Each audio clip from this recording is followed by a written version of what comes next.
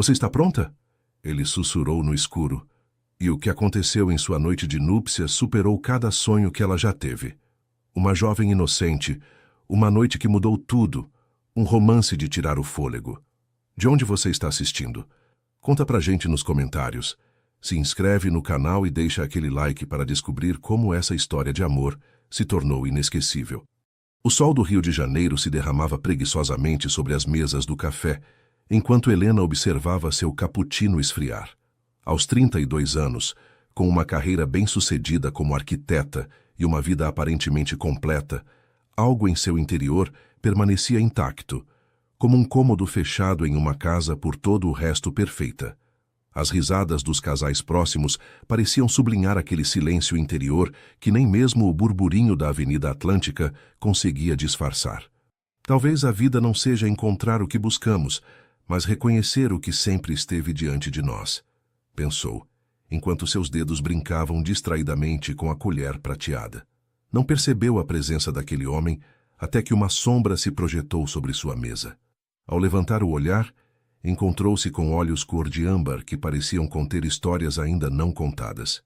Com licença, posso me sentar? Não há mais mesas livres, disse ele com um leve sotaque que Helena não soube identificar imediatamente. Algo na forma como segurava um livro gasto de Carlos Drummond de Andrade debaixo do braço despertou sua curiosidade. Em qualquer outro dia, ela teria recusado educadamente. Mas naquela tarde de abril, quando as amendoeiras do rio começavam a se renovar, Helena assentiu quase sem pensar. À vontade, respondeu, retirando sua bolsa da cadeira vizinha. De qualquer forma, já estava de saída. Se minha presença incomoda, posso procurar outro lugar, respondeu ele, percebendo sua relutância. Helena o observou atentamente pela primeira vez. Não era convencionalmente atraente, mas havia algo magnético na forma como suas mãos expressivas seguravam aquele livro, na maneira como seu olhar parecia ao mesmo tempo presente e distante. Vestia-se com simplicidade, uma camisa de linho amarrotada e calças desgastadas que sugeriam uma relação complicada com as convenções. Não, fique. Só estava pensando alto, respondeu finalmente, surpreendendo a si mesma. Foi assim que Helena Cardoso, a arquiteta que projetava edifícios mas não sabia construir pontes para os outros, conheceu Matheus Ribeiro, o escritor que tinha retornado ao Brasil depois de 15 anos de autoexílio em Portugal. Nenhum dos dois podia imaginar que aquele encontro casual em um café lotado de Ipanema seria o primeiro traço de uma tela que mudaria irremediavelmente o panorama de suas vidas. O escritório de arquitetura fervilhava de atividade enquanto Helena revisava meticulosamente as plantas do ambicioso projeto que poderia catapultar sua carreira. A renovação de um antigo casarão no centro do Rio para transformá-lo em um centro cultural inovador era o tipo de desafio que sempre havia sonhado. No entanto, pela primeira vez os ângulos perfeitos e as proporções áureas pareciam insuficientes. Helena, estão procurando você, anunciou Cláudia, sua assistente, interrompendo seus pensamentos com um sorriso enigmático. Quando levantou o olhar, Matheus estava ali tão fora de lugar entre a asepsia minimalista do escritório quanto um verso de Drummond em um contrato jurídico. Carregava um buquê de lírios brancos e uma expressão entre decidida e vulnerável. Como soube onde trabalho? Perguntou ela, genuinamente surpresa. Matheus sorriu, mostrando uma covinha em sua bochecha esquerda que Helena não havia notado antes. Sou escritor. Investigar é parte do meu trabalho, respondeu com simplicidade. Além disso, seu cartão de visitas estava na mesa quando nos conhecemos. O murmúrio dos colegas de Helena não passou despercebido. Sua reputação de profissional impecável e distante fazia com que aquela visita fosse ainda mais inesperada. Te convido para almoçar, propôs ele. Prometo não roubar mais de 1 hora do seu valioso tempo. A razão ditava recusar o convite.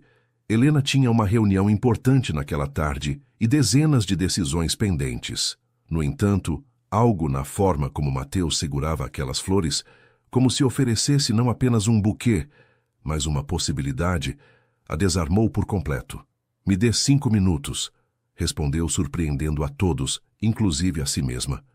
O pequeno restaurante familiar onde Mateus a levou estava a apenas 3 quadras do escritório, mas parecia pertencer a outro mundo. Toalhas de mesa bordadas à mão, paredes repletas de fotografias em sépia e o aroma de pratos preparados com paciência ancestral. Meu avô costumava me trazer aqui quando eu era criança, explicou Mateus enquanto o dono, um senhor de sorriso generoso, servia-lhes vinho em taças desiguais. Antes de eu sair do Brasil. Você nunca me disse por que foi embora, observou Helena tomando um gole do vinho que sabia a terra e a história. Os olhos de Mateus se obscureceram momentaneamente, como uma paisagem sob nuvens passageiras. Às vezes precisamos nos perder para nos encontrar, respondeu evasivamente. E você, sempre quis ser arquiteta? Helena pensou em seu pai, engenheiro inflexível que havia traçado seu caminho com a mesma precisão com que ela agora desenhava edifícios. Pensou nas casinhas que construía quando criança, com os livros da biblioteca familiar, criando espaços onde se refugiar do silêncio que reinava após a prematura morte de sua mãe. Construir é uma forma de controle, admitiu, surpreendendo-se com sua própria sinceridade. Projetamos espaços para outros, mas na realidade, talvez o façamos para conter nossos próprios medos. Mateus a olhou com uma intensidade que era quase física. Os escritores fazemos algo parecido, disse roçando acidentalmente a mão de Helena ao alcançar o pão. Criamos mundos onde podemos resolver o que na vida real parece impossível. Aquele contato fugaz enviou uma corrente elétrica pelo braço de Helena. Fazia tanto tempo que não sentia essa conexão imediata, essa sensação de que alguém podia ver através das fachadas cuidadosamente projetadas de sua vida. Quando voltou ao escritório 2 horas depois, com os lírios em um improvisado vaso e um sorriso que não conseguia disfarçar, Helena soube que algo fundamental estava mudando. Os muros invisíveis que havia construído durante anos começavam a mostrar rachaduras diminutas, mas significativas. Você não pode estar falando sério, exclamou Sofia, deixando sua taça de martini sobre a mesa com força demais. O escritor misterioso te levou a Portugal? Assim, do nada? Helena contemplou sua melhor amiga desde a infância, com uma mistura de diversão e nervosismo. O bar exclusivo onde se encontravam, com sua iluminação suave e sua clientela sofisticada, parecia o cenário perfeito para confissões extraordinárias. Serão apenas 10 dias, explicou brincando com a azeitona de seu próprio martini. Mateus tem que dar algumas conferências em Lisboa e no Porto, e depois ele quer te mostrar as paisagens que inspiraram seus romances, completou Sofia, arqueando uma sobrancelha perfeitamente delineada. Helena Cardoso, a mulher que precisa de 3 meses para escolher a cor de uma parede, tomando decisões impulsivas por um homem que conhece há apenas 2 meses. Colocada assim, a situação soava absurda. Helena tinha construído sua vida e sua carreira sobre os alicerces do planejamento meticuloso. Nada ficava ao acaso, nem seus projetos profissionais, nem suas escassas relações pessoais, cuidadosamente mantidas a uma distância emocional prudente. Talvez por isso eu precise fazer isso, respondeu em voz baixa, mais para si mesma do que para Sofia. Estou cansada de ser previsível. A expressão de Sofia suavizou. Apesar de sua aparente frivolidade, ninguém conhecia melhor que ela os sacrifícios que Helena havia feito para se tornar quem era agora. E o projeto do casarão? Você disse que as próximas semanas seriam cruciais. Deleguei parte do trabalho ao Rodrigo. Ele está mais que preparado, respondeu Helena, surpresa com sua própria capacidade de soltar o controle. Além disso, posso revisar plantas de qualquer parte do mundo. O celular de Helena vibrou sobre a mesa. Uma mensagem de Mateus. Uma fotografia da costa portuguesa ao entardecer com uma simples pergunta. Pronta para se perder comigo? Sofia observou como o rosto de sua amiga se transformava ao ler a mensagem, iluminando-se de dentro com uma luz que há anos não via. Acho que você já se perdeu, querida, comentou com um sorriso cúmplice. E talvez seja exatamente o que você precisava. 3 dias depois, enquanto o avião sobrevoava o Oceano Atlântico, Helena olhava pela janela sentindo-se estranhamente livre. Ao seu lado, Mateus dormia com o rosto relaxado e um livro de Fernando Pessoa aberto sobre o colo. Achava surpreendente como aquele homem, com sua mistura de paixão intelectual e vulnerabilidade emocional, tinha conseguido desestabilizar os alicerces de sua existência ordenada em tão pouco tempo. Mas mais surpreendente ainda era sua própria reação. Em vez de fugir dessa incerteza, Helena se descobria abraçando-a, como se tivesse esperado toda a sua vida a oportunidade de explorar territórios que nem mesmo sabia que existiam dentro dela. O apartamento em Lisboa tinha janelas que emolduravam o rio Tejo, como se fossem telas vivas. Helena observava fascinada como as cores do entardecer transformavam as águas, enquanto Mateus preparava chá na pequena cozinha. Estavam há 5 dias em Portugal, transitando entre conferências literárias e passeios por paisagens que pareciam saídas dos versos de Fernando Pessoa. "É curioso", comentou ela, quando Mateus se aproximou oferecendo-lhe a xícara com a infusão fumegante. "Como arquiteta, sempre pensei que os espaços nos moldam, mas aqui sinto que é a paisagem inteira que te reconstrói." Mateus sorriu, sentando-se ao seu lado no gasto sofá que cheirava ligeiramente a sal e a histórias alheias. "Por isso vim para cá depois de sair do Brasil", explicou, roçando suavemente os dedos de Helena ao passar-lhe a xícara. "Precisava de um lugar onde as colinas encontrassem o rio. Uma paisagem impossível, que me lembrasse que a vida não precisa ser lógica para ser bonita." Havia algo na forma como Mateus falava de Portugal, uma mistura de reverência e melancolia, que despertava a curiosidade de Helena. Durante aqueles dias, ela tinha descoberto muitas facetas do escritor. Sua generosidade com os estudantes que o abordavam depois das conferências, seu conhecimento enciclopédico sobre literatura portuguesa, sua maneira de se fixar em detalhes que a maioria ignorava. No entanto, cada vez que tentava indagar sobre as razões que o levaram a abandonar o Brasil, Mateus desviava a conversa com elegância.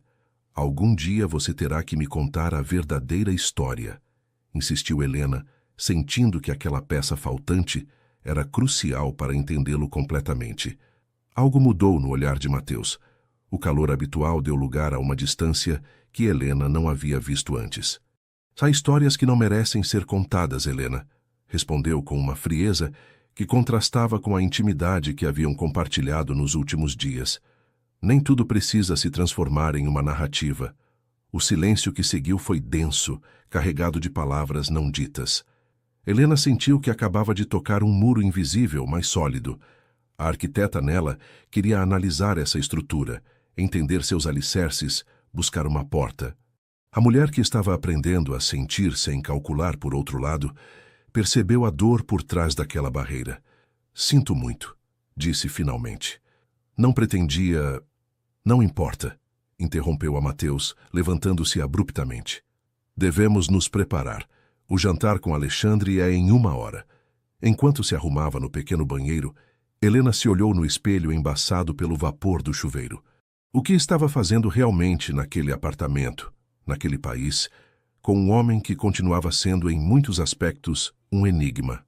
Pela primeira vez desde que havia aceitado acompanhá-lo, sentiu uma pontada de dúvida. O jantar com Alexandre Reis, o editor português de Mateus, foi um exercício de cortesia tensa. O ambiente íntimo do restaurante, com suas velas tremeluzentes e sua seleção de vinhos requintados, só parecia acentuar a distância que subitamente se instalara entre eles. "Então, Helena", disse Alexandre, um homem distinto de 50 e poucos anos, "Mateus já te mostrou a casa de Fernando Pessoa?" "Ainda não", respondeu ela forçando um sorriso. "Nosso itinerário tem sido bastante intenso." "Deveriam visitá-la", insistiu o editor, lançando um olhar significativo a Mateus. "Especialmente a biblioteca. Acho que você acharia interessante certa primeira edição que o poeta conservava." Helena percebeu uma comunicação silenciosa entre ambos os homens. Havia algo mais naquela sugestão aparentemente inocente, um subtexto ao qual ela não tinha acesso. "Talvez amanhã", respondeu Mateus secamente, mudando de assunto com uma habilidade que revelava seu ofício. "E quanto à tradução para o francês? Você assinou o contrato?" O resto do jantar transcorreu entre conversas profissionais que excluíam sutilmente Helena. Pela primeira vez desde sua chegada a Portugal, ela se sentiu como uma turista, uma estrangeira não apenas naquele país, mas na vida de Mateus. Quando voltaram ao apartamento, a tempestade que estava se formando no horizonte finalmente explodiu. A chuva golpeava as janelas com fúria, enquanto os relâmpagos iluminavam intermitentemente o quarto, criando sombras fantasmagóricas sobre as paredes. "Vai me dizer o que está acontecendo?" perguntou Helena, tirando os saltos que havia escolhido cuidadosamente para o jantar. "Ou isso também é uma história que não merece ser contada?" Mateus a olhou demoradamente, como se estivesse tomando uma decisão crucial. Lá fora, o vento uivava entre as colinas coloridas de Lisboa. "Você tem razão", disse finalmente, servindo-se de um copo de vinho do Porto que bebeu de um só gole. "Você merece saber com quem veio realmente ao fim do mundo." A chuva continuava batendo ritmicamente contra os vidros, como proporcionando uma trilha sonora às palavras que Mateus pronunciava com voz baixa. Sentados na penumbra do apartamento, iluminados apenas por um abajur e pelos relâmpagos ocasionais, o escritor finalmente revelava o mistério que havia carregado consigo durante 15 anos. "Meu pai era um editor respeitado durante os últimos anos da ditadura militar. Começou com o olhar fixo nas luzes difusas do Porto. Publicava o que podia dentro dos limites permitidos, mas em segredo ajudava a difundir obras proibidas. Eu cresci entre provas de impressão e manuscritos clandestinos, acreditando que os livros podiam mudar o mundo." Helena escutava em silêncio, percebendo que cada palavra custava a Mateus um esforço considerável, como se estivesse desenterrando algo doloroso. "Quando comecei a escrever meu primeiro romance, meu pai foi meu primeiro leitor e meu crítico mais honesto. Ele me ensinou que a literatura não é só beleza, mas também verdade, por mais incômoda que seja." Continuou com um sorriso triste. "Um escritor que não incomoda é apenas um animador de festas", costumava me dizer. Um trovão particularmente forte fez as janelas vibrarem. Mateus se levantou para servir-se de outro copo de vinho, oferecendo um a Helena, que aceitou desta vez. O manuscrito do meu primeiro romance abordava temas espinhosos: a memória histórica, os silêncios cúmplices, os pactos de esquecimento. Sua voz adquiriu um tom mais amargo. Meu pai estava orgulhoso, mas me advertiu que publicá-lo teria consequências. Não o escutei. Helena começava a entender para onde se dirigia aquela história. O romance foi um sucesso inesperado. Ganhou um prêmio importante, foi traduzido para vários idiomas. Mateus bebeu um gole de seu copo. Mas também provocou reações violentas. Algumas pessoas influentes se sentiram aludidas. Reconheceram seus pais ou avós em personagens pouco favorecidos. "Te ameaçaram?" perguntou Helena, aproximando-se instintivamente dele. Mateus negou com a cabeça. "Pior, foram atrás do meu pai. A editora que ele havia construído durante décadas começou a perder contratos públicos. Seus sócios o abandonaram. Os bancos cancelaram suas linhas de crédito." A voz de Mateus quebrou ligeiramente. "Em 6 meses ele perdeu tudo. No dia em que teve que fechar a editora, sofreu um infarto. Sobreviveu, mas nunca voltou a ser o mesmo." Helena tomou a mão de Mateus entre as suas, sentindo como ela tremia levemente. "Não foi sua culpa", disse com suavidade. "Você só escreveu a verdade como ele havia te ensinado." "É o que Alexandre sempre diz", respondeu Mateus com amargura. "Mas você deveria ter visto o olhar do meu pai quando me disse para sair do Brasil." "Não há nada para você aqui agora", foram suas palavras exatas. Então peguei o manuscrito do meu segundo romance e me exilei em Portugal, a terra de Pessoa e Saramago, outros exilados. "E seu pai?" perguntou Helena, temendo a resposta. "Morreu há 3 anos", respondeu Mateus, e seu rosto refletiu uma dor que parecia fresca, recente. "Nunca voltei para vê-lo com vida. Enviava meus livros, falávamos por telefone, mas..." Deixou a frase no ar. Helena compreendeu então por que Mateus havia voltado ao Brasil depois de tanto tempo. Por que parecia às vezes tão presente e outras tão ausente. Por que seus olhos se iluminavam com a paixão literária, mas se obscureciam quando a conversa se tornava pessoal. "E agora?", perguntou acariciando suavemente a bochecha de Mateus. "Por que você voltou realmente?" Mateus a olhou diretamente, com uma intensidade que fez Helena conter a respiração. "Porque é hora de terminar o que comecei 15 anos atrás", respondeu. "Meu novo romance completa a história, e porque se não voltasse agora, nunca o faria. Nesse momento, como se o céu mesmo respondesse a essa confissão, a chuva diminuiu subitamente. O silêncio que seguiu tinha uma qualidade quase sagrada. Quando te vi naquele café, continuou Mateus aproximando-se de Helena até que suas testas quase se tocavam. Com suas plantas e seu café frio, reconheci algo em você. Alguém que também constrói estruturas perfeitas para se proteger do caos. Helena fechou os olhos, sentindo a respiração de Mateus misturar-se com a sua. Era verdade. Toda sua vida havia sido um exercício de contenção, de controle, de geometrias exatas que não deixavam espaço para a incerteza. Até agora. Talvez ambos precisemos aprender a viver com as rachaduras, sussurrou, antes que seus lábios encontrassem os de Mateus em um beijo que sabia a vinho, a confissões noturnas e a possibilidades inexploradas. Naquela noite, entre lençóis que cheiravam a maresia, Helena e Mateus redescobriram a linguagem do corpo, esse idioma universal que não precisa de tradução. E enquanto a tempestade se afastava de Lisboa, deixando atrás de si um ar limpo e renovado, ambos tomaram uma decisão silenciosa, mas transcendental: enfrentar juntos os fantasmas que haviam estado perseguindo separadamente. O regresso ao Rio trouxe consigo uma nova dinâmica entre Helena e Mateus.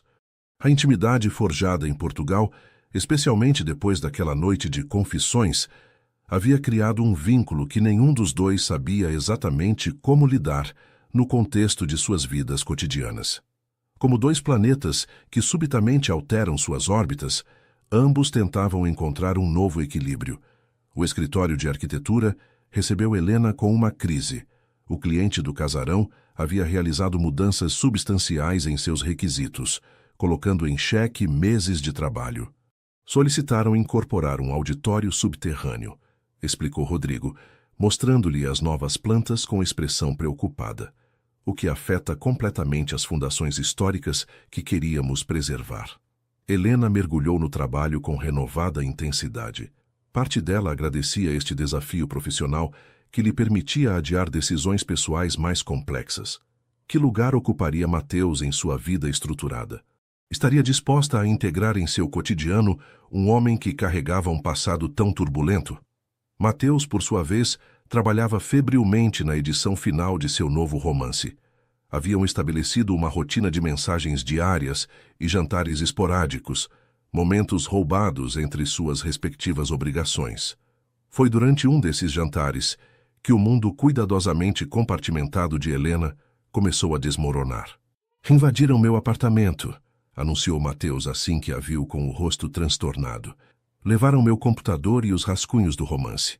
O restaurante exclusivo onde se encontravam, com sua iluminação suave e sua clientela elegante, pareceu subitamente um cenário absurdo para aquela conversa. "Você chamou a polícia?"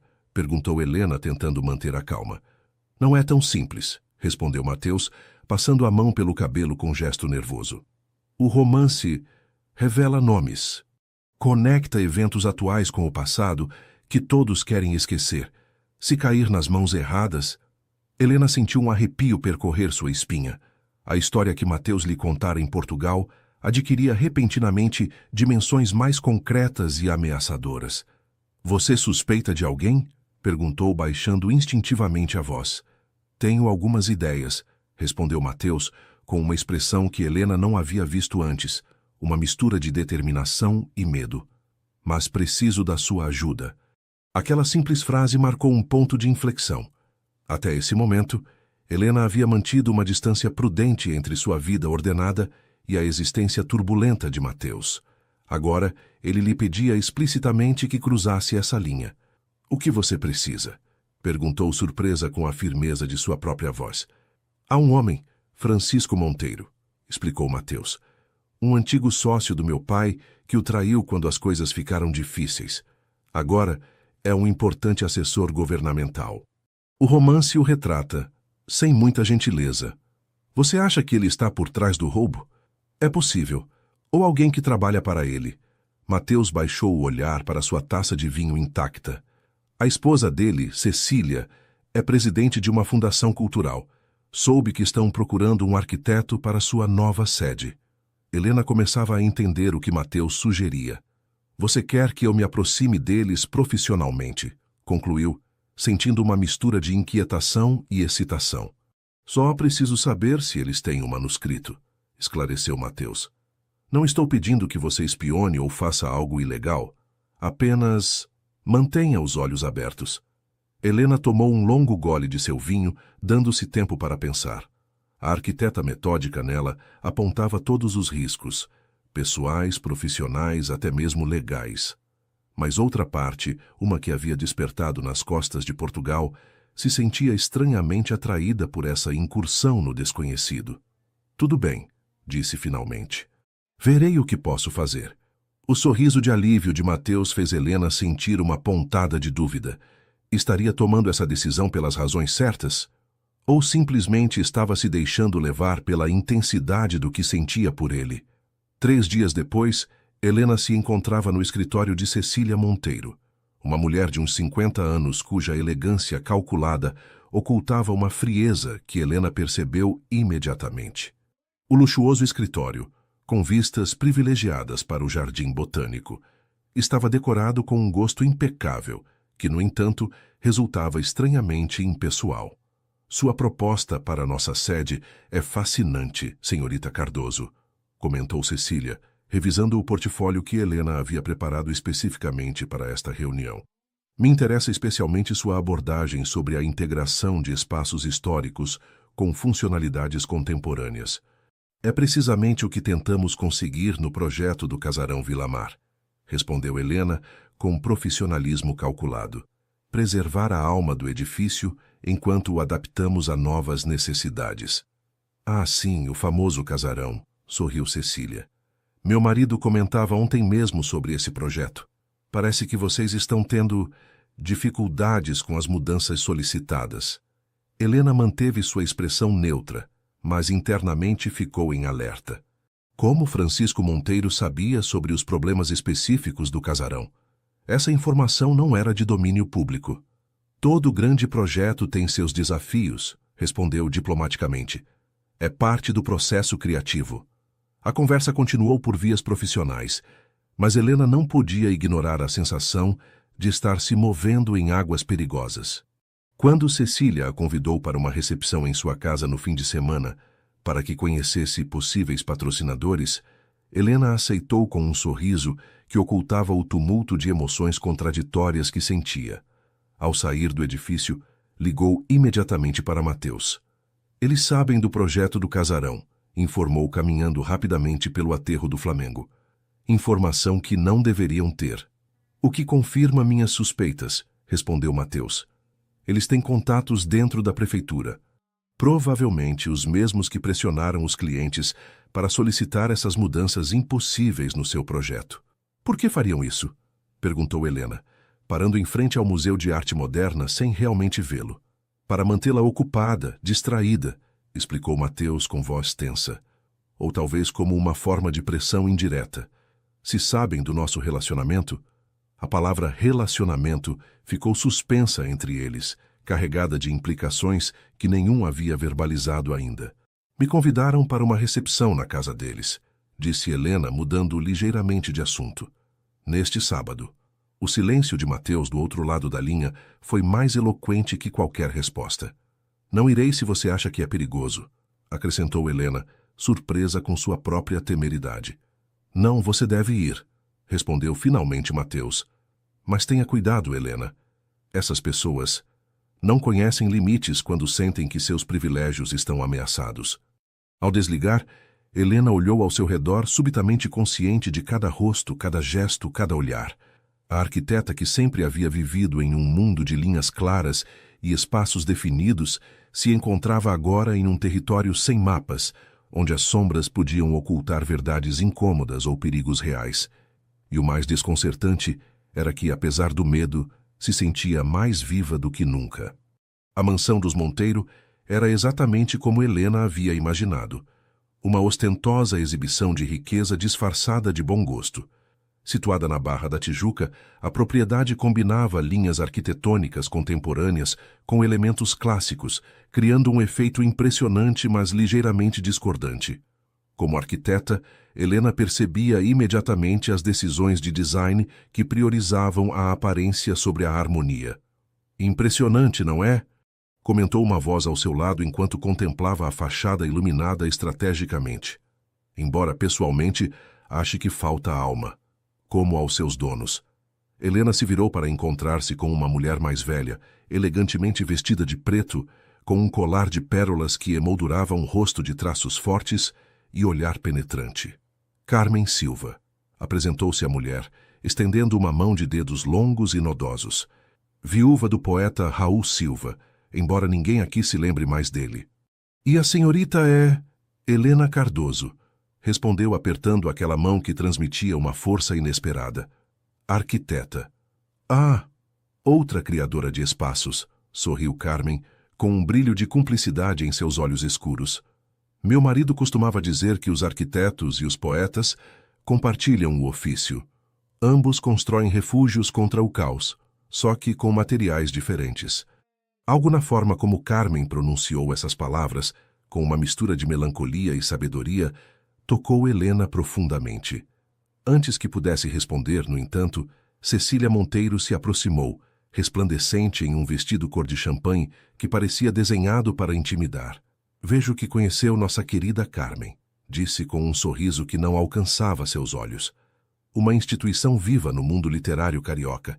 Seu falecido esposo foi colega de seu pai, não é verdade, Carmen?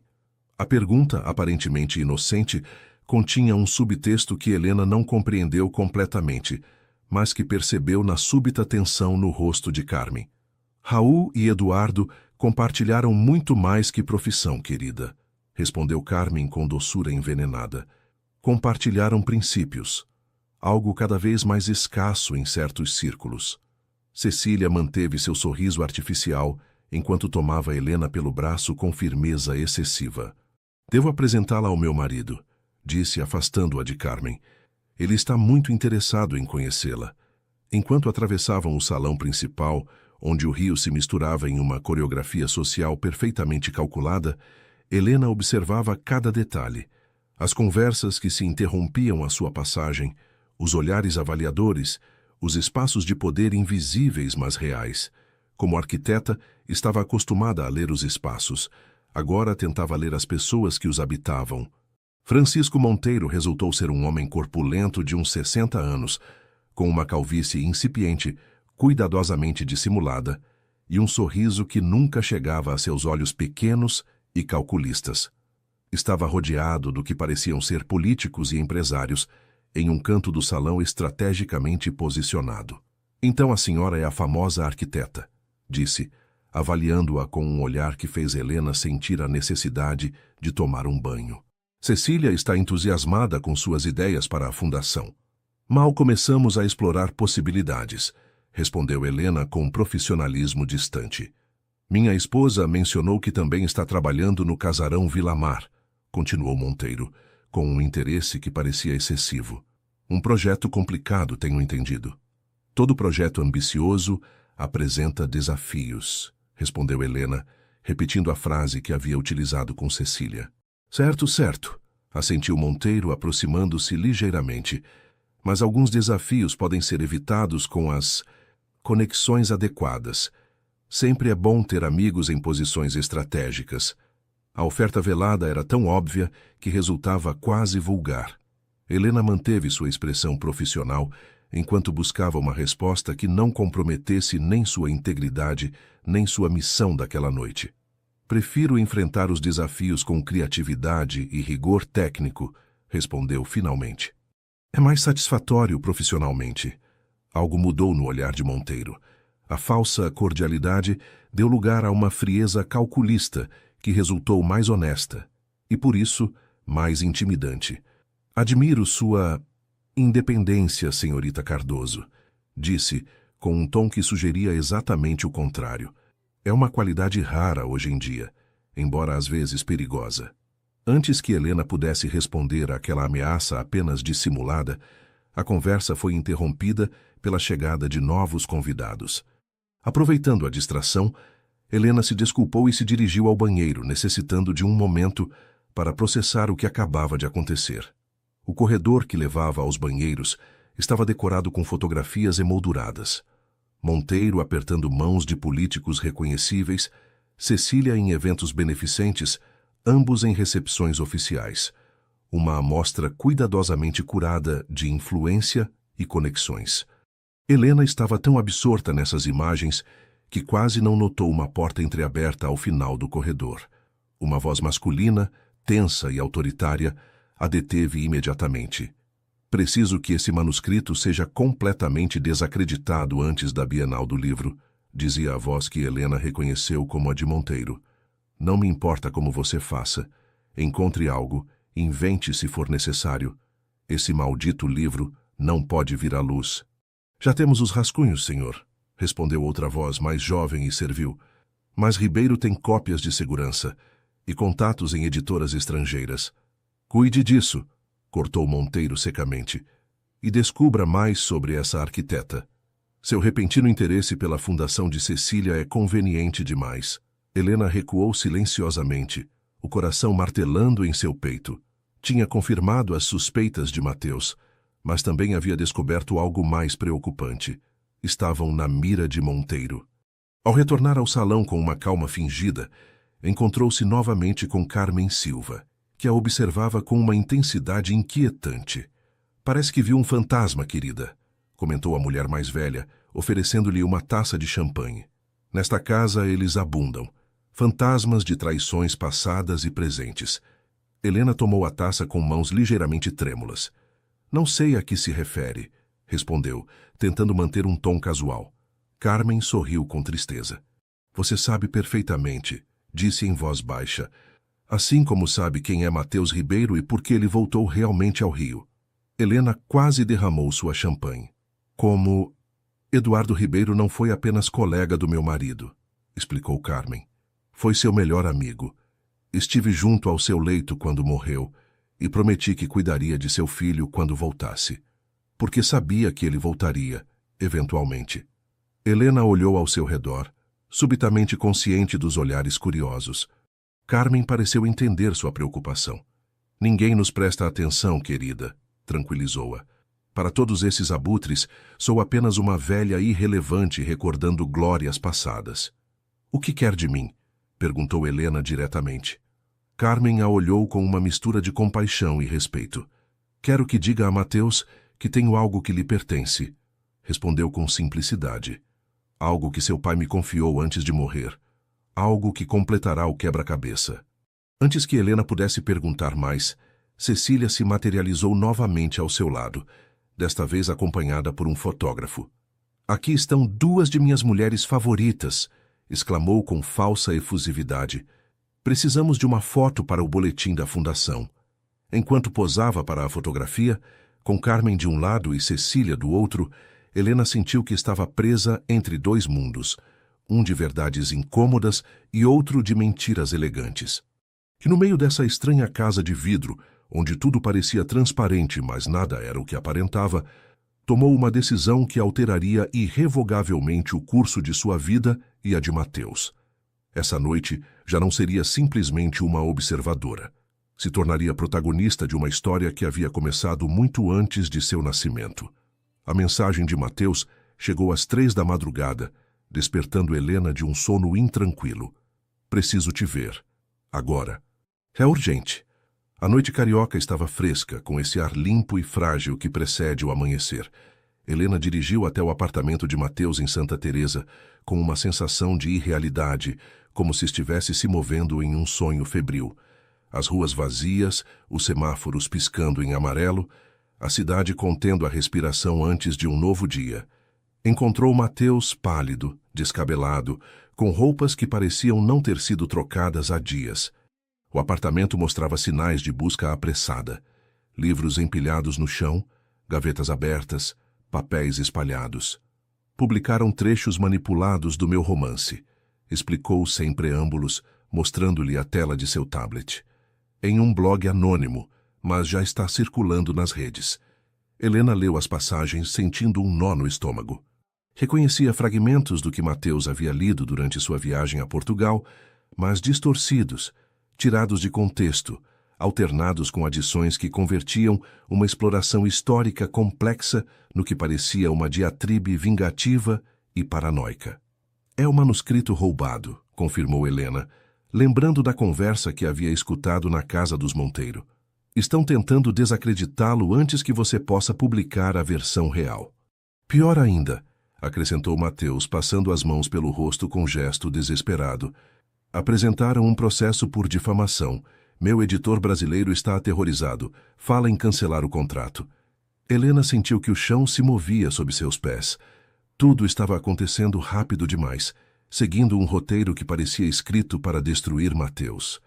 Ouvi Monteiro na festa, disse, relatando-lhe a conversa captada no corredor. Eles têm os rascunhos e planejam algo mais.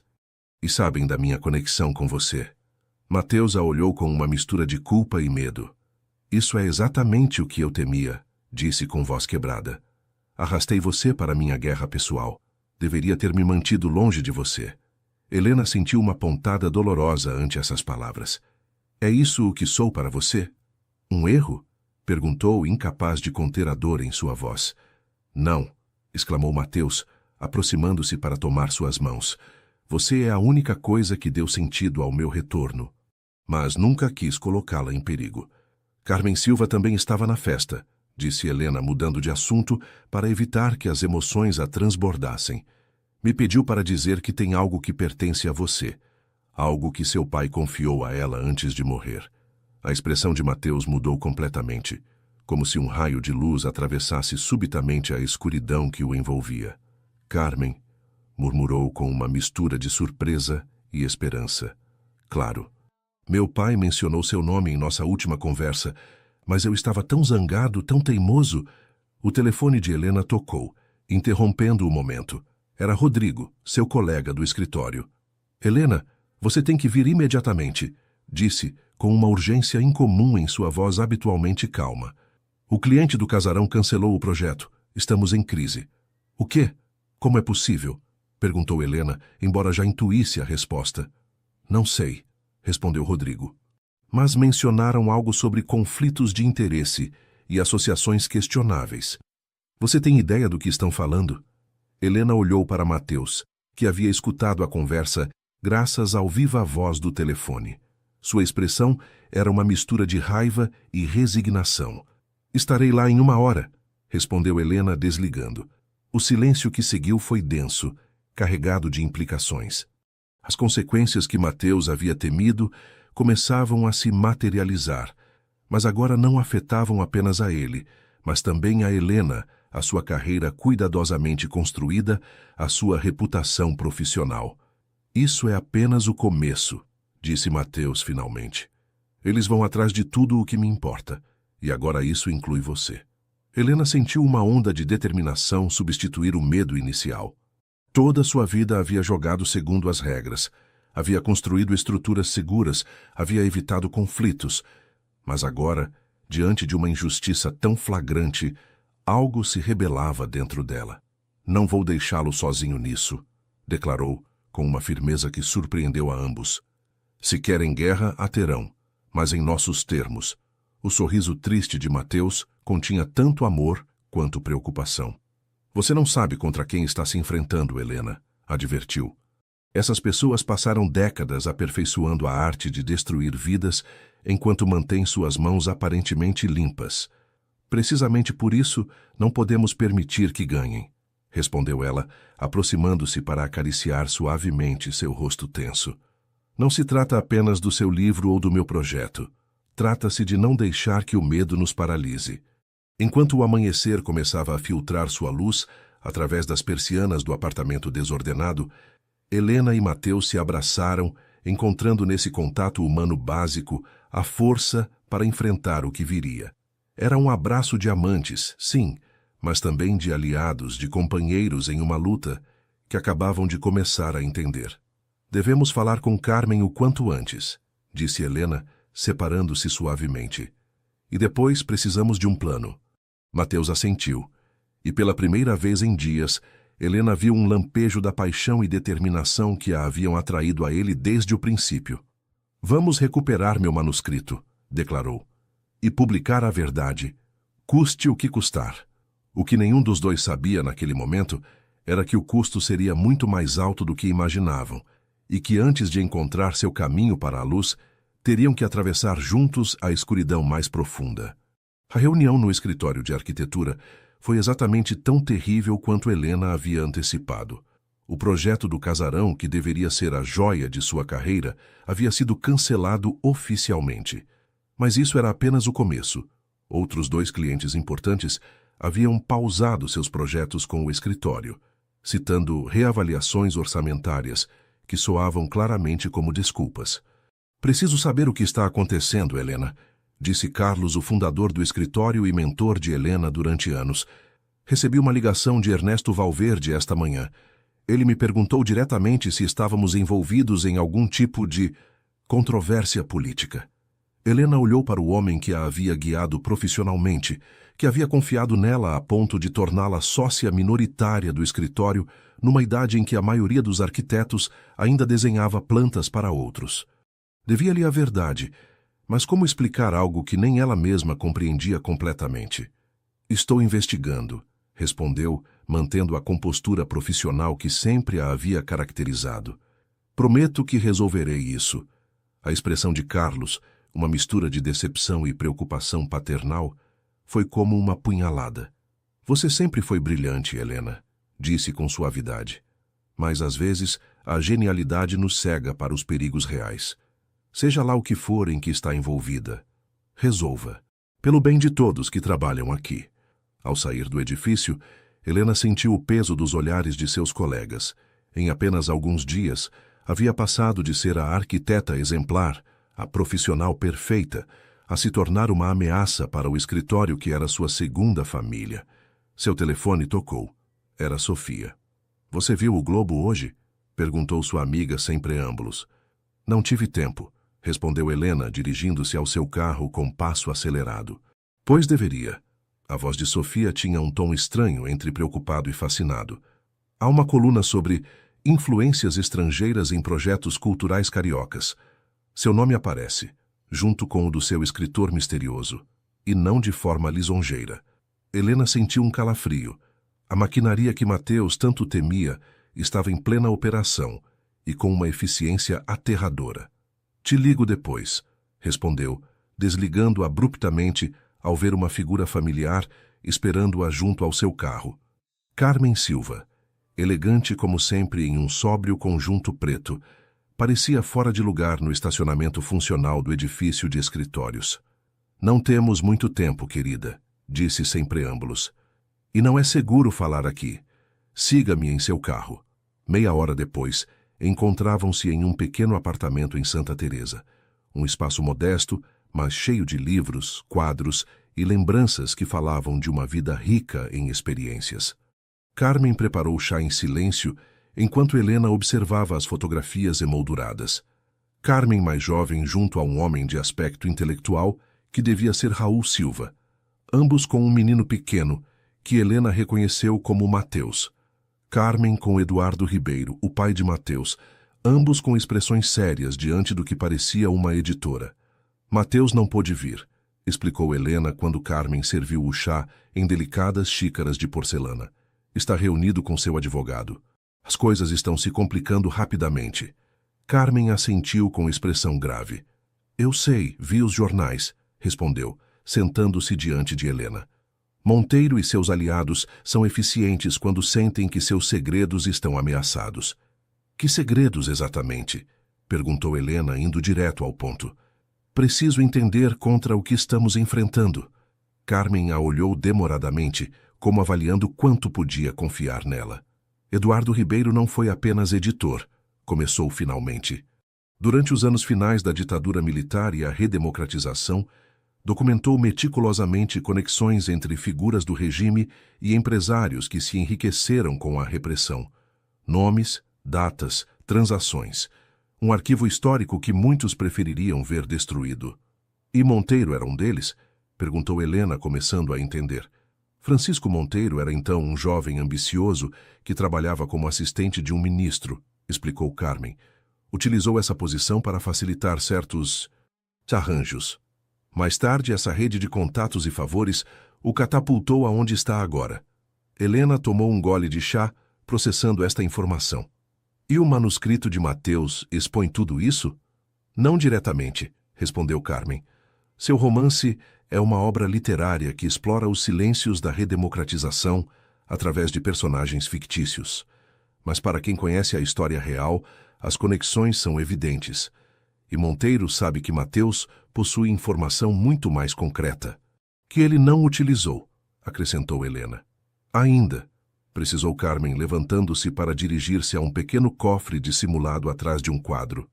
Isto é o que Eduardo me confiou antes de morrer.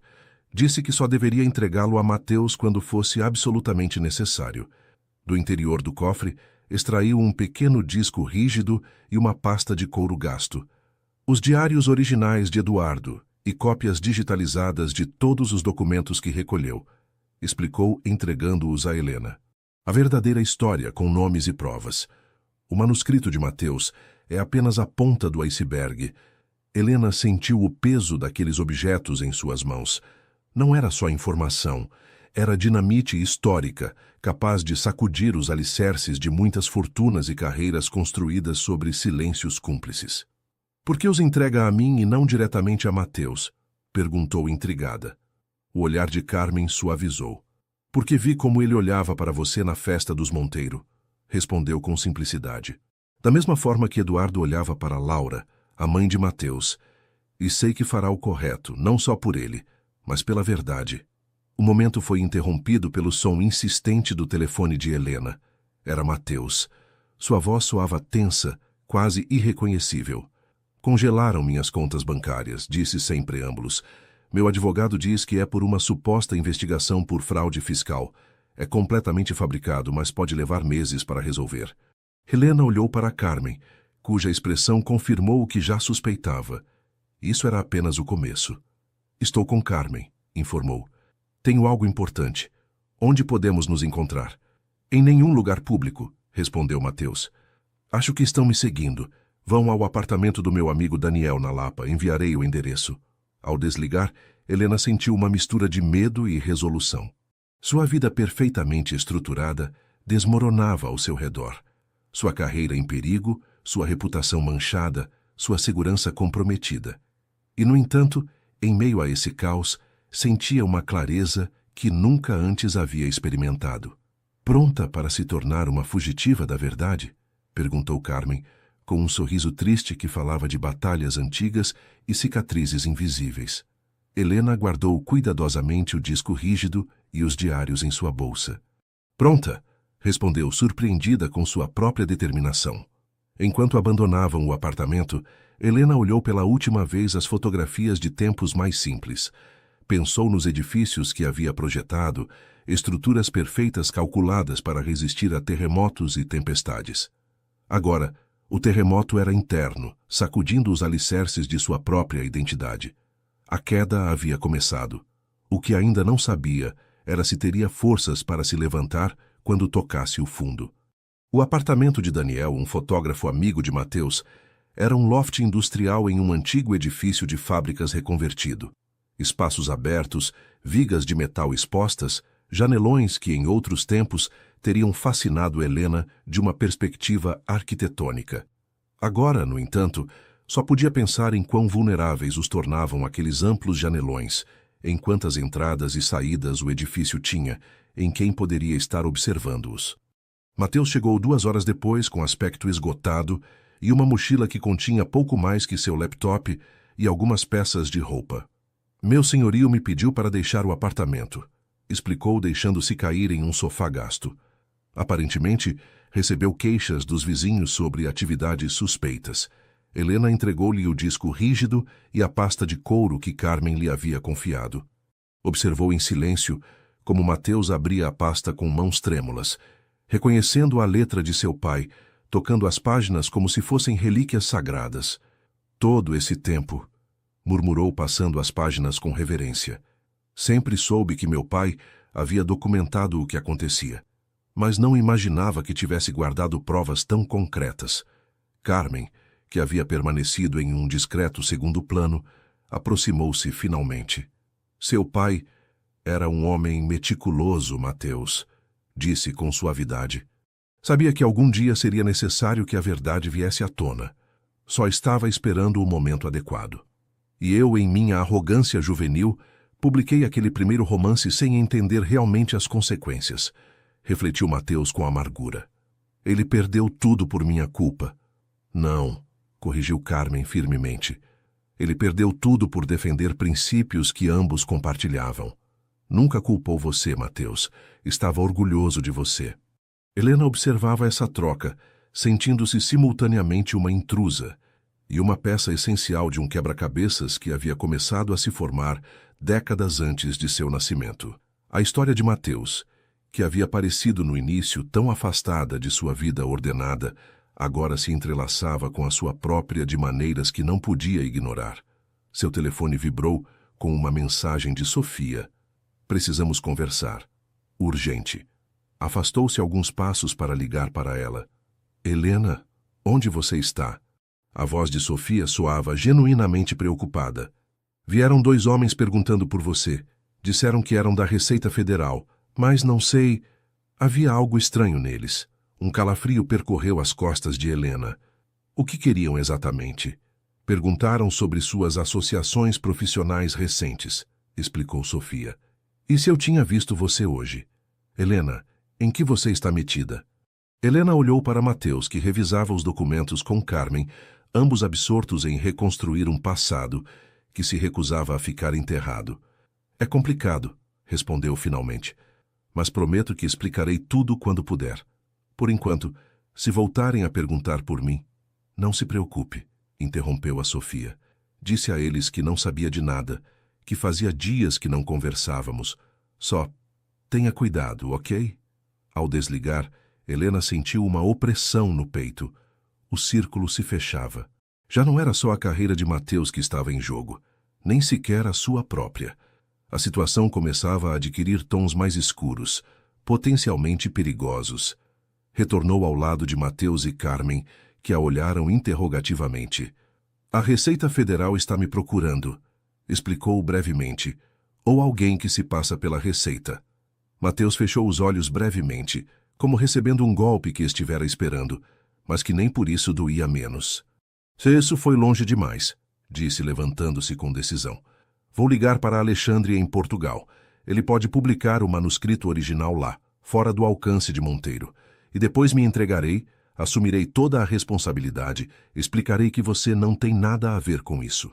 Do que você está falando? Perguntou Helena, genuinamente confusa. Estou falando de colocá-la a salvo, respondeu Mateus com uma intensidade que a sacudiu. Estou falando de não deixar que arruinem sua vida como arruinaram a do meu pai. Helena sentiu uma mistura de raiva e dor diante dessas palavras. E você acha que é isso que eu quero? Que você se sacrifique heroicamente enquanto eu retorno à minha vida perfeita e ordenada? Sua voz tremia. É essa a opinião que tem de mim? Mateus se aproximou, tomando suas mãos entre as suas. Tenho a mais alta opinião de você, Helena, disse com voz quebrada. Precisamente por isso, não posso permitir que perca tudo por uma batalha que não é sua. Foi Carmen quem interveio, com a autoridade que só outorgam os anos e as batalhas vividas. Esta batalha é de todos, Mateus, disse firmemente. De todos os que acreditamos que a verdade importa. Seu pai entendia isso. Raul entendia isso. E creio que Helena também entende. Um silêncio denso seguiu-se a essas palavras. Helena olhou para Mateus, vendo em seus olhos o conflito entre o desejo de protegê-la e o reconhecimento de seu direito de escolher. Preciso de ar, disse finalmente Helena, dirigindo-se à varanda do loft. O entardecer carioca pintava o céu de tons avermelhados e dourados, uma beleza que contrastava cruelmente com a tempestade interior que sentia. Daquela altura, a cidade parecia pacífica, alheia às pequenas tragédias pessoais que se desenvolviam em seu interior. Helena pensou em sua vida antes de conhecer Mateus, estruturada, previsível, bem-sucedida segundo todos os parâmetros convencionais. Havia construído uma carreira respeitável, tinha um círculo social estabelecido, desfrutava de uma independência que muitas mulheres invejariam. E, no entanto, sempre havia faltado algo, uma peça ausente que não sabia identificar até que aquele homem de olhos cor de âmbar se sentou à sua mesa com um livro de Drummond debaixo do braço. Valia a pena arriscar tudo por essa conexão? Por princípios abstratos como a verdade e a justiça? Não seria mais sensato, mais racional, dar um passo atrás agora que ainda era possível? O som da porta corrediça interrompeu seus pensamentos. Mateus se aproximou, mantendo uma distância prudente como se temesse impor-lhe sua presença. Sinto muito, disse simplesmente. Não devia ter presumido que podia decidir por você. Helena não respondeu imediatamente. A brisa noturna agitava seu cabelo enquanto contemplava a cidade que se acendia gradualmente sob o manto da noite. Toda minha vida calculei riscos, disse finalmente. Medi consequências. Construí estruturas seguras, tanto literal quanto metaforicamente. Virou-se para olhar diretamente para Mateus. E, no entanto, aqui estou, arriscando tudo por um homem que mal conheço há alguns meses, por uma causa que até pouco tempo não era a minha. Um sorriso triste assomou aos seus lábios. Qualquer análise racional diria que estou cometendo o maior erro da minha vida. Mateus assentiu lentamente, aceitando a lógica implacável de suas palavras. E o que diz seu coração? Perguntou, com uma vulnerabilidade que desarmou Helena. Meu coração diz que há batalhas que definem quem somos, respondeu ela aproximando-se dele, e que às vezes a única coisa imperdoável é não lutar quando sabemos que é o correto. Mateus a olhou com uma mistura de admiração e temor, como quem contempla algo precioso e frágil. Tenho medo por você, admitiu, acariciando suavemente sua bochecha, mais do que por mim mesmo. E eu por você, respondeu Helena, inclinando-se em direção à sua carícia. Mas talvez esse medo compartilhado seja nossa força.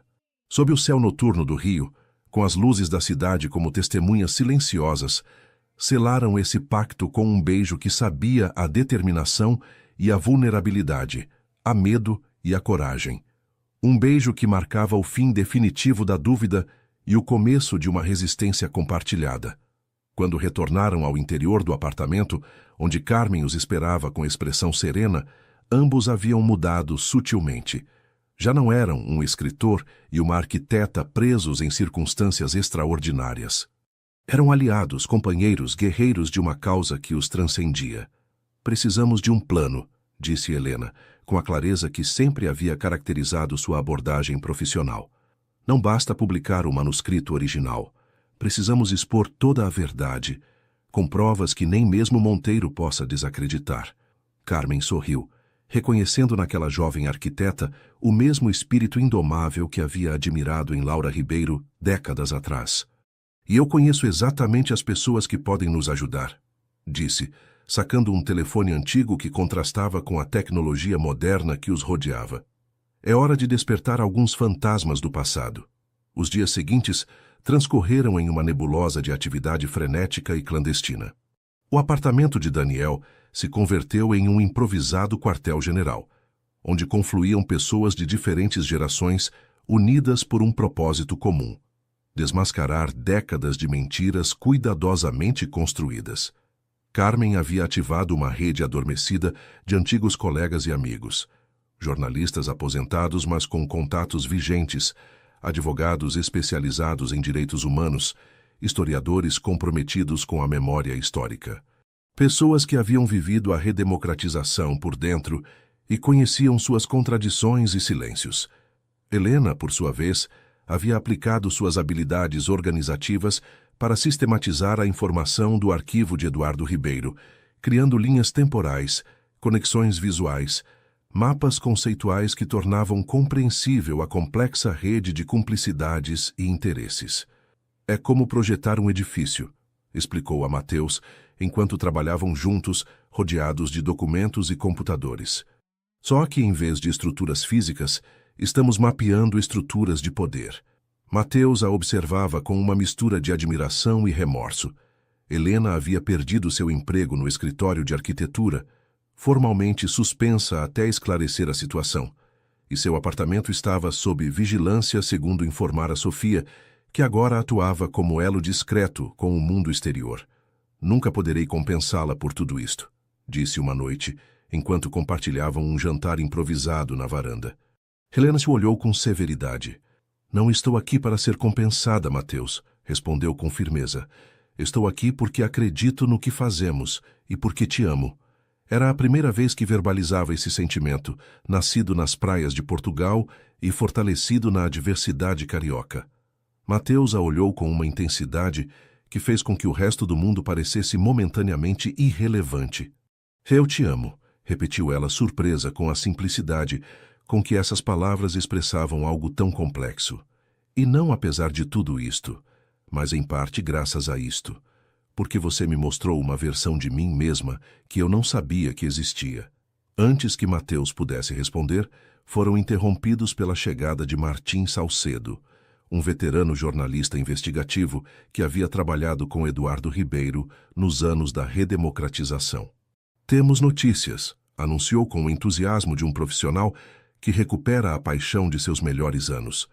O Correio da Manhã está disposto a publicar a história completa, com provas, documentos, tudo, e o farão simultaneamente com meios internacionais. The Guardian, Le Monde, Der Spiegel. A notícia caiu como uma bomba de esperança no grupo. Como você conseguiu isso? Perguntou Mateus incrédulo. Martim sorriu, mostrando o orgulho profissional de toda uma vida dedicada ao jornalismo. Alguns de nós nunca deixamos de ter contatos, rapaz, respondeu. E acontece que há muitos jornalistas, tanto aqui quanto no exterior, que há anos esperam poder contar esta história. Helena, sempre prática, foi diretamente ao ponto crucial. Quando? 3 dias, respondeu Martim. Eles precisam de tempo para verificar toda a documentação, preparar a apresentação, coordenar a publicação simultânea. E nós precisamos terminar de organizar todo o material. Os dias seguintes foram um turbilhão. A equipe trabalhava praticamente sem descanso, revisando cada documento, contrastando cada dado, preparando versões digitalizadas de todas as provas. Helena mal dormia, impulsionada por uma energia que nascia da convicção profunda de estar participando de algo transcendental. Na noite anterior à publicação, enquanto os demais finalmente descansavam, Helena encontrou Mateus sozinho na varanda, contemplando a cidade com expressão indecifrável. Amanhã tudo mudará, disse ele sem se virar, percebendo sua presença. Para o bem ou para o mal, não há volta. Helena se aproximou, abraçando-o por trás, apoiando sua bochecha contra suas costas, sentindo a batida de seu coração. Você tem medo? Perguntou suavemente. Mateus cobriu as mãos de Helena com as suas, estabelecendo esse contato que se tornara essencial para ambos. Não por mim, respondeu com honestidade. Toda a minha vida adulta estive me preparando para este momento, ainda que não soubesse, mas temo por todos os que se envolveram. Por Carmen, por Martim, por você especialmente. Somos todos adultos que tomaram suas próprias decisões, respondeu Helena. Não carregue um peso que não lhe corresponde. Mateus se virou para olhá-la diretamente, com uma intensidade que fez Helena conter a respiração. Quando tudo isto terminar, seja como for, disse tomando suas mãos entre as suas, quero construir algo com você. Não sei exatamente que forma terá, nem onde, nem como, mas sei que quero que esteja em meu futuro, Helena Cardoso. Helena sorriu, sentindo uma mistura de ternura e determinação. Primeiro sobrevivamos ao presente, respondeu, beijando-o suavemente. O futuro já o projetaremos juntos, afinal sou arquiteta. Naquela noite, na intimidade emprestada de um quarto que não lhes pertencia, amaram-se com a intensidade de quem sabe que o amanhã é incerto. Não foi apenas paixão, mas também uma forma de se ancorar mutuamente diante da tempestade que se aproximava, de lembrar por que lutavam, de celebrar o que haviam encontrado em meio ao caos. O amanhecer os surpreendeu entrelaçados, nesse estado de semi-vigília, onde os sonhos e a realidade se confundem.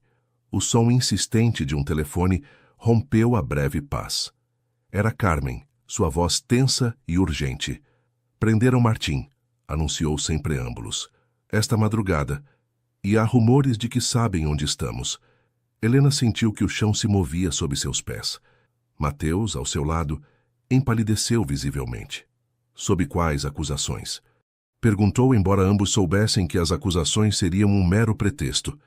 Incitação ao ódio e difamação, respondeu Carmen com amarga ironia. Estão desesperados, utilizando qualquer desculpa legal que encontram. O que fazemos com a publicação? Perguntou Helena, sempre pragmática, mesmo em crises. Seguimos adiante, respondeu Carmen com firmeza. É tarde demais para detê-la. Os jornalistas têm todo o material, as peças estão em movimento. E nós? Insistiu Helena. Um breve silêncio do outro lado da linha. Temos que nos mover, respondeu finalmente Carmen. Já não é seguro aqui. Espero vocês no ponto B em 1 hora. Tragam só o essencial. Ao desligar, Helena e Mateus se olharam, reconhecendo nos olhos um do outro a mesma mistura de medo e resolução.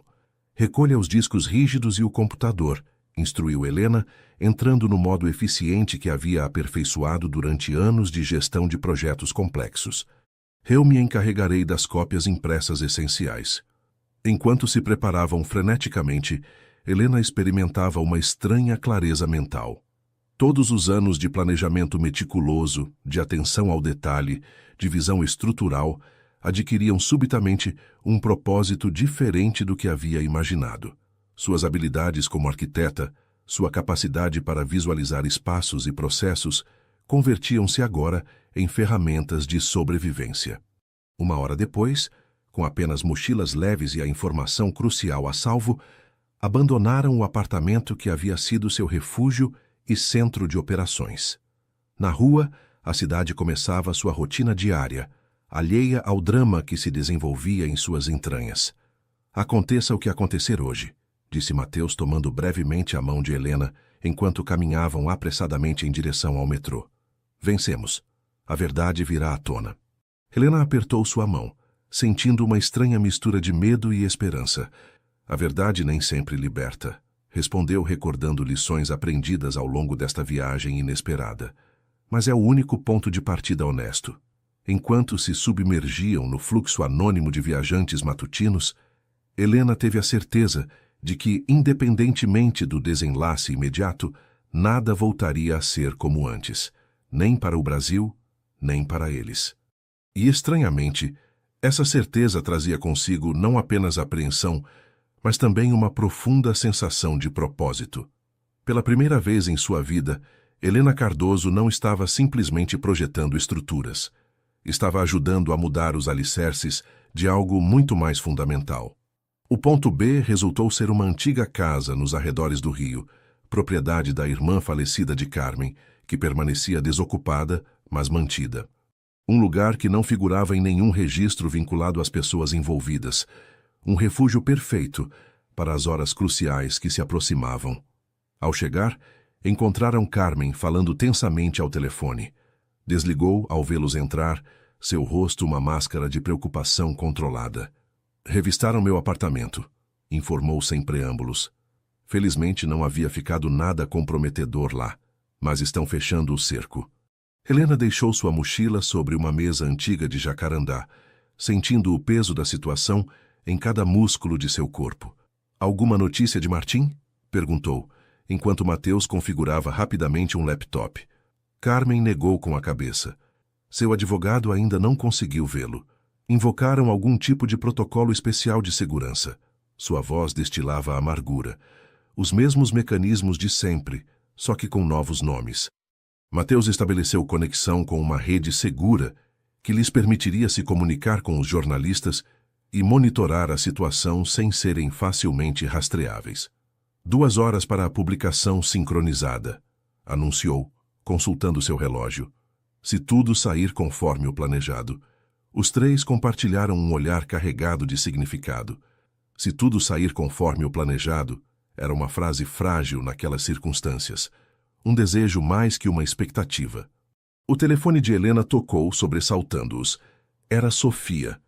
Helena, você tem certeza? Perguntou sua amiga sem preâmbulos. Vieram ao escritório, interrogaram todo mundo. Carlos está devastado. Dizem... Dizem coisas terríveis sobre você nas redes sociais. Helena respirou profundamente, buscando a calma em meio à tempestade. Tenho certeza, Sofia. Respondeu com uma firmeza que surpreendeu até a ela mesma. Quando tudo vier à tona, você entenderá por que era necessário. Tenha cuidado, pediu Sofia com uma preocupação genuína que comoveu Helena.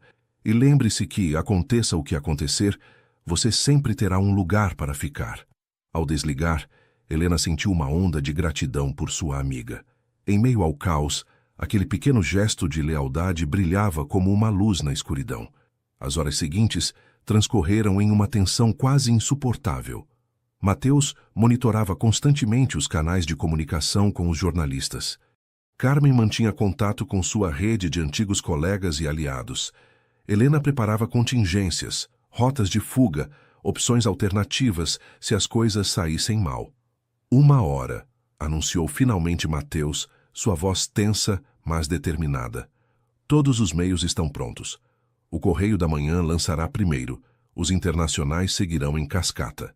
Carmen serviu café forte em xícaras desiguais, um gesto cotidiano que parecia absurdamente normal naquelas circunstâncias extraordinárias. Seja o que for que ocorra hoje, disse com a serenidade que só outorgam as batalhas já travadas, lembrem-se de que a história está do nosso lado. Helena tomou a xícara oferecida, o aroma intenso do café, lembrando-lhe subitamente aquela primeira tarde no Rio, quando um desconhecido com um livro de Drummond lhe havia pedido para compartilhar a mesa. Parecia ter transcorrido uma vida inteira desde então, embora apenas tivessem se passado alguns meses. Talvez não seja suficiente, disse verbalizando um temor que todos compartilhavam. Talvez o sistema esteja corrompido demais, arraigado demais. Talvez... Mateus a interrompeu, tomando sua mão livre entre as suas. Nunca é suficiente, disse com suavidade. Mas sempre é necessário. Meu pai sabia disso. Carmen sabe. E você também sabe, Helena. Por isso estamos aqui. Aquele momento de conexão foi interrompido por um som que gelou o sangue dos três. Veículos parando em frente à casa, portas se abrindo, vozes masculinas dando ordens. A porta dos fundos, indicou Carmen com urgência. Agora, mas era tarde demais. Antes que pudessem reagir, a porta principal se abriu violentamente, dando passagem a vários homens vestidos com uniformes policiais e outros à paisana que Helena reconheceu imediatamente. Francisco Monteiro entre eles, seu rosto uma máscara de triunfo apenas contido. Mateus Ribeiro, anunciou um dos agentes avançando com determinação. O senhor está detido por incitação ao ódio, difamação agravada e pertencimento à organização criminosa. Isso é absurdo, protestou Helena interpondo-se instintivamente. Vocês não têm direito. Helena Cardoso, continuou o agente imperturbável, detida por cumplicidade e obstrução da justiça. Enquanto liam seus direitos, Helena manteve contato visual com Mateus, transmitindo-lhe uma mensagem silenciosa de força e determinação. Não haviam chegado tão longe para se renderem agora. Carmen, respeitada por sua idade ou talvez considerada inofensiva, não foi algemada, embora sim informada de que deveria acompanhá-los para declarar. 40 minutos, sussurrou a Helena enquanto os separavam. Só precisamos resistir por 40 minutos. Helena compreendeu. Se pudessem atrasar qualquer tipo de confissão ou entrega de informação durante esses minutos cruciais, a publicação ocorreria de qualquer forma. A verdade escaparia, incontenível como a água entre os dedos. Enquanto os conduziam aos veículos policiais, Monteiro se aproximou de Mateus, seu rosto uma máscara de desdém e suficiência. Seu pai nunca aprendeu onde estavam os limites, disse em voz baixa, só para que Mateus e Helena pudessem escutá-lo. Vejo que você herdou a estupidez dele. Mateus o olhou com uma calma que desconcertou visivelmente Monteiro. Que você nunca aprendeu que há verdades que não podem ser enterradas para sempre, respondeu, com uma dignidade que contrastava com suas mãos algemadas. Aproveite seus últimos minutos de impunidade, Francisco. A expressão de Monteiro mudou, uma sombra de inquietação cruzando seu rosto confiante. Pela primeira vez, pareceu considerar a possibilidade de que sua vitória não fosse tão completa como acreditava. Separem-nos, ordenou ordenou bruscamente aos agentes. E confisquem todos os dispositivos eletrônicos. Enquanto a conduziam a um carro diferente do de Mateus, Helena sentiu uma estranha calma interior. Haviam feito todo o possível. Agora, o resultado estava fora de suas mãos. A maquinaria que haviam posto em marcha seguiria seu curso com ou sem eles. Através da janela do veículo policial, contemplou o céu do rio, surpreendentemente azul e limpo. Uma parte dela, a arquiteta meticulosa e controladora, lamentava não poder presenciar o desenlace que haviam planejado tão cuidadosamente. Outra parte, a mulher que havia descoberto sua própria capacidade para a coragem, sentia uma estranha paz. Haviam feito o correto, e isso era suficiente. Enquanto o veículo se afastava da casa, Helena fechou os olhos brevemente, permitindo-se um momento de vulnerabilidade. Não sabia o que os esperava, que acusações fabricariam, quanto tempo poderia passar até que a verdade prevalecesse. Mas sabia, com uma certeza que transcendia o medo imediato, que aquele não era o final da história. Era apenas o olho da tempestade. E depois viria a calmaria. As 24 horas seguintes transcorreram em um limbo de interrogatórios intermináveis, salas austeras e luzes demasiado brilhantes. Helena, separada de Mateus e Carmen, enfrentou interrogadores que alternavam entre ameaças veladas e ofertas enganosas de clemência se cooperasse. Manteve sua posição com uma determinação que surpreendeu até seus interrogadores. Não havia cometido nenhum delito. Todo o material que haviam compilado eram documentos históricos legítimos. Sua única motivação era a verdade. Não negou sua relação com Mateus nem sua participação na investigação, mas tampouco ofereceu detalhes que pudessem complicar a situação de outros. O que seus interrogadores não sabiam, o que nem sequer podiam imaginar, era que a cada minuto que passava, a verdade que tanto temiam se expandia como uma mancha de tinta em água clara. Às 12 horas de sua detenção, Helena percebeu uma mudança sutil. Os interrogadores pareciam distraídos. Consultavam seus telefones com maior frequência. Trocavam olhares inquietos. Algo estava acontecendo fora daquelas paredes cinzentas. Às 18 horas, o tom havia mudado completamente. As perguntas se tornaram mais defensivas, como se tentassem construir uma narrativa alternativa a algo que Helena não podia ver, mas podia intuir. Quem mais estava envolvido? Insistia um dos interrogadores, um homem de meia idade com olhos cansados. Precisamos de nomes, conexões, quem vazou documentos classificados. Não há documentos classificados, respondeu Helena pela enésima vez, sua voz rouca pelo cansaço e pela desidratação. Apenas história documentada. Verdades incômodas, talvez, mas não segredos de Estado. Finalmente, às 24 horas exatas de sua detenção, a porta se abriu para dar passagem não a outro interrogador, mas a uma mulher de terno impecável que se apresentou como sua advogada. Helena Cardoso, disse com formalidade profissional. Sou Luísa Mendes, do escritório Herrera e Associados. Fomos contratados para representá-la. Eu não contratei nenhum advogado, respondeu Helena confusa. O pagamento foi realizado por um consórcio de organizações de direitos civis, explicou Luísa, colocando sua pasta sobre a mesa. Seu caso gerou considerável interesse público. A advogada lhe entregou um tablet com acesso limitado à internet. O que Helena viu a deixou sem fôlego. A hashtag Fámulo Verdade e Memória era tendência global.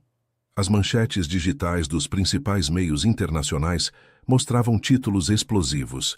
Documentos revelam rede de corrupção e acobertamento durante a redemocratização brasileira. Os segredos da impunidade. Como as elites da ditadura conservaram seu poder, o arquivo proibido, as provas que ninguém queria publicar. Mas o que realmente a impactou foi ver seu próprio rosto, junto ao de Mateus e Carmen, nas redes sociais e meios digitais, sob títulos como Detidos por Revelar a Verdade e os Novos Presos de Consciência. O que está acontecendo? Perguntou, dominada pela dimensão que havia adquirido o que haviam iniciado. O material que vocês ajudaram a compilar foi publicado integralmente, explicou Luísa com um leve sorriso. e provocou um terremoto político. Vários membros do governo apresentaram sua demissão nas últimas horas. O ministro da Justiça ordenou uma revisão completa do procedimento de sua detenção. E há manifestações em várias cidades exigindo sua libertação imediata. Helena sentiu uma mistura vertiginosa de alívio, incredulidade e um cansaço que chegava até os ossos. E Mateus? Carmen? Perguntou, priorizando instintivamente aqueles que haviam se convertido em sua família escolhida. O Sr. Ribeiro está sendo processado neste momento para sua liberação, respondeu Luísa. A Sra. Silva foi posta em liberdade às 6 horas, considerando sua idade e o escândalo midiático. 3 horas depois, sob um céu noturno salpicado de estrelas apenas visíveis pela poluição luminosa carioca, Helena e Mateus emergiram juntos do centro de detenção. Foram recebidos por um pequeno grupo de pessoas que incluía Carmen, Sofia e vários jornalistas que tentavam capturar o momento. O reencontro foi tão intenso quanto breve. Um abraço desesperado, palavras atropeladas, lágrimas contidas durante tempo demais. Não era o lugar para conversas profundas, rodeados de câmeras e olhares curiosos. Precisamos ir a um lugar seguro, murmurou Carmen, conduzindo-os a um veículo que esperava discretamente a certa distância. A tempestade está apenas começando. Durante o trajeto até um apartamento no centro do Rio, que o escritório de advocacia havia disposto para eles, Helena observava as ruas noturnas com uma estranha sensação de irrealidade.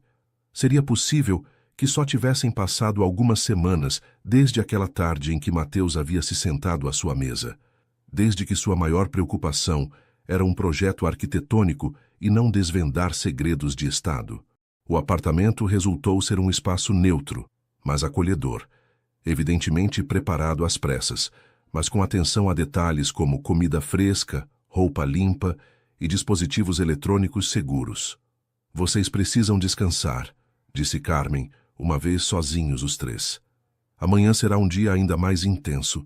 A imprensa, as declarações, as consequências políticas, tudo está apenas começando. Helena e Mateus assentiram, demasiado exaustos para argumentar.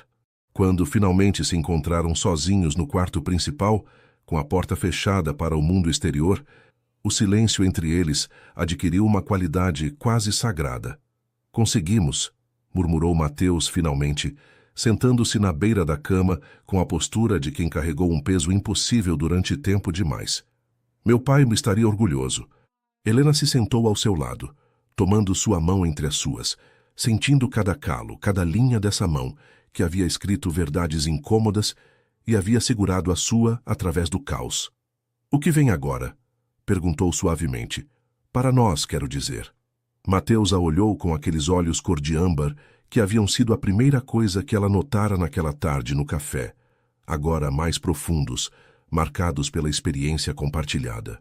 Não sei, respondeu com honestidade. Suponho que teremos que improvisar como fizemos até agora. Helena sorriu, reconhecendo nessa incerteza algo que paradoxalmente lhe resultava reconfortante. Para alguém que passou a vida planejando cada detalhe, disse recostando-se junto a ele, resulta estranhamente libertador não ter uma planta definida.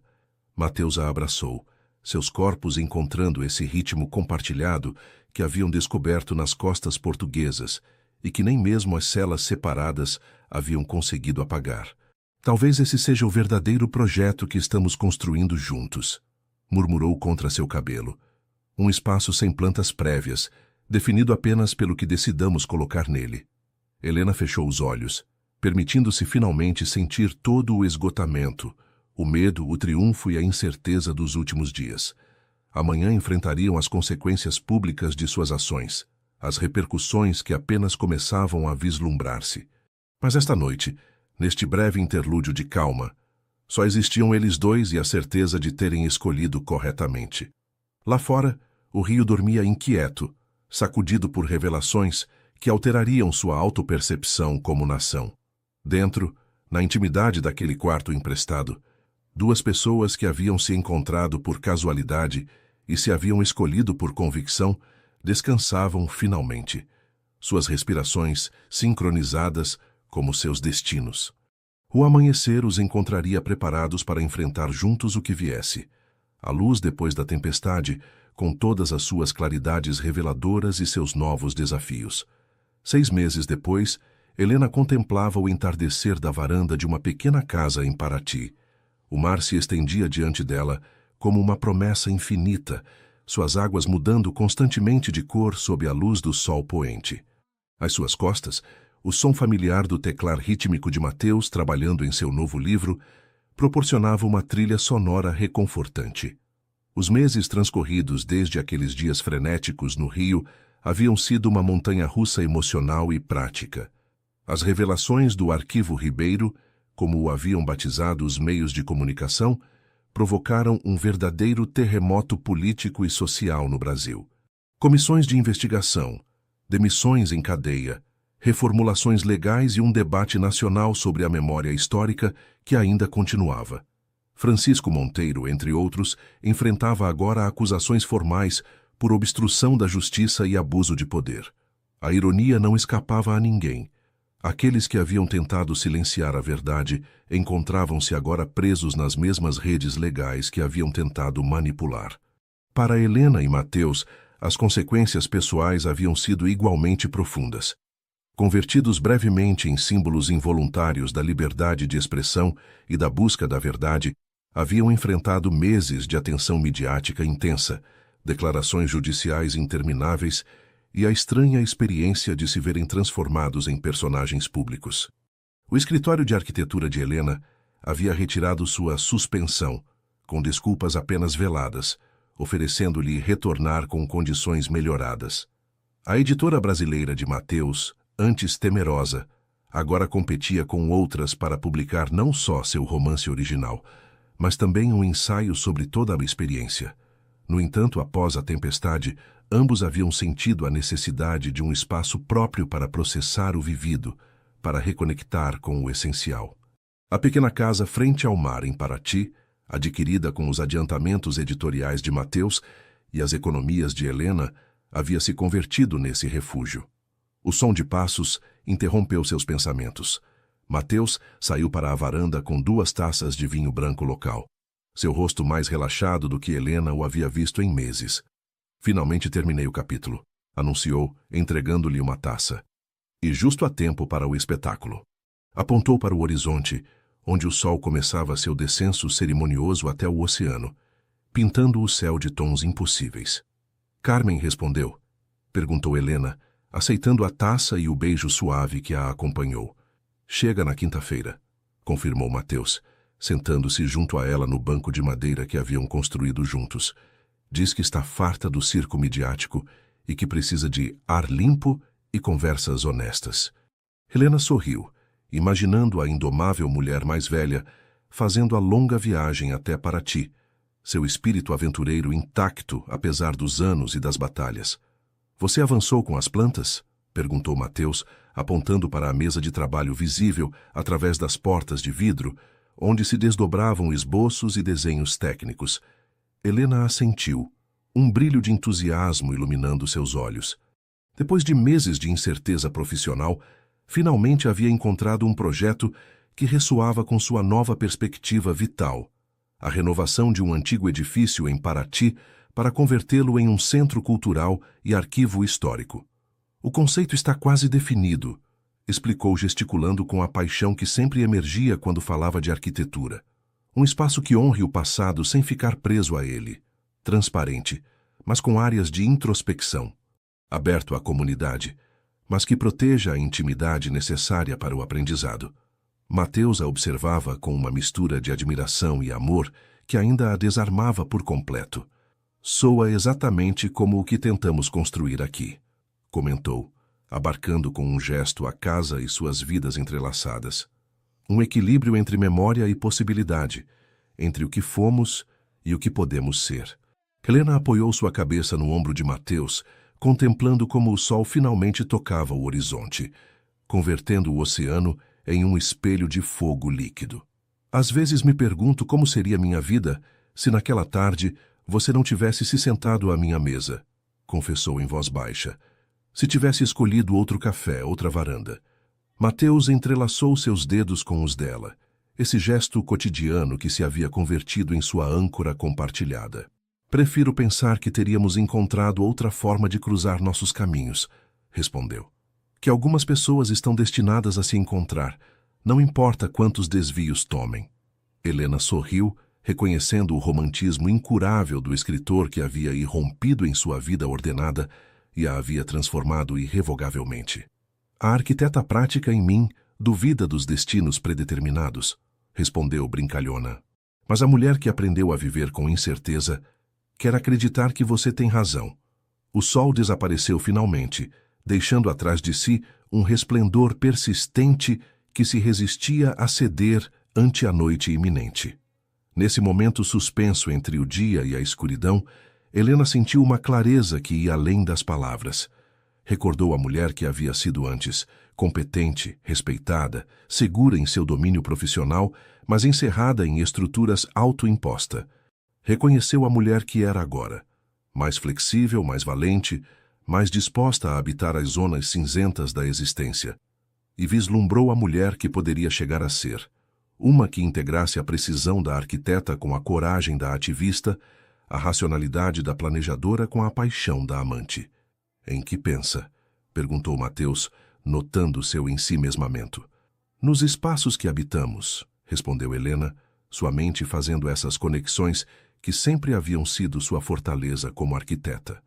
Não só os físicos, mas os emocionais, os éticos, os compartilhados, em como alguns espaços nos limitam e outros nos expandem. Mateus sorriu, reconhecendo a profundidade por trás dessa aparente abstração. E neste espaço que estamos construindo juntos, acrescentou, completando seu pensamento como havia aprendido a fazer durante estes meses. O que você vê? Helena contemplou a noite emergente, as primeiras estrelas aparecendo timidamente, o som constante do oceano como pano de fundo.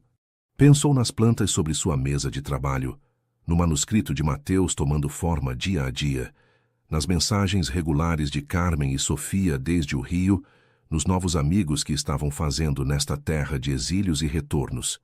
Vejo alicerces sólidos, respondeu finalmente, e muito espaço para crescer. Nessa noite, enquanto a lua desenhava caminhos prateados sobre o mar, Helena e Mateus acrescentaram um novo capítulo à sua história compartilhada. Não com grandes gestos ou declarações dramáticas, mas com essa intimidade cotidiana que haviam aprendido a valorizar. Um jantar simples preparado juntos, uma garrafa de vinho local, conversas que saltavam livremente entre o mundano e o transcendental. E mais tarde, na quietude da noite, enquanto Mateus dormia ao seu lado, Helena contemplou o teto do quarto que haviam decorado juntos, escutando o rumor distante do mar.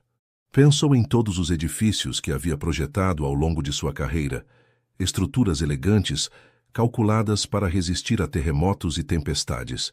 Nenhum deles se comparava com esta construção invisível, mas tangível, que estavam erigindo dia a dia. Uma relação nascida no caos, temperada na adversidade, e agora florescendo neste espaço de possibilidades abertas.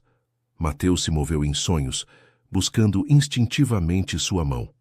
Helena entrelaçou seus dedos com os dele, esse gesto simples que havia adquirido a força de um juramento. Fora, o vento do Atlântico soprava sobre Paraty, cidade de poetas e exilados, levando consigo promessas de manhãs ainda não escritas. Dentro, na quietude daquele quarto compartilhado, duas pessoas que haviam se encontrado por casualidade e se haviam escolhido por convicção, descansavam, suas respirações sincronizadas como seus destinos entrelaçados. E nesse momento de perfeita serenidade, Helena compreendeu finalmente o que seu eu mais jovem teria considerado uma contradição irresolúvel, que a verdadeira liberdade não residia na ausência de vínculos, mas na escolha consciente daqueles que nos permitem ser nossa melhor versão. Fechou os olhos, permitindo que o sono a alcançasse finalmente, sabendo que o amanhã traria novos desafios, novas alegrias, novas oportunidades para seguir construindo este espaço compartilhado que agora reconhecia por seu verdadeiro nome: lar. Não o edifício físico que os abrigava, mas esse território invisível e essencial, onde duas pessoas decidem, dia após dia, crescer juntas em lugar de separadas. Um projeto sem data de finalização, constantemente renovado, infinitamente adaptável. O mais bonito e complexo que jamais havia projetado.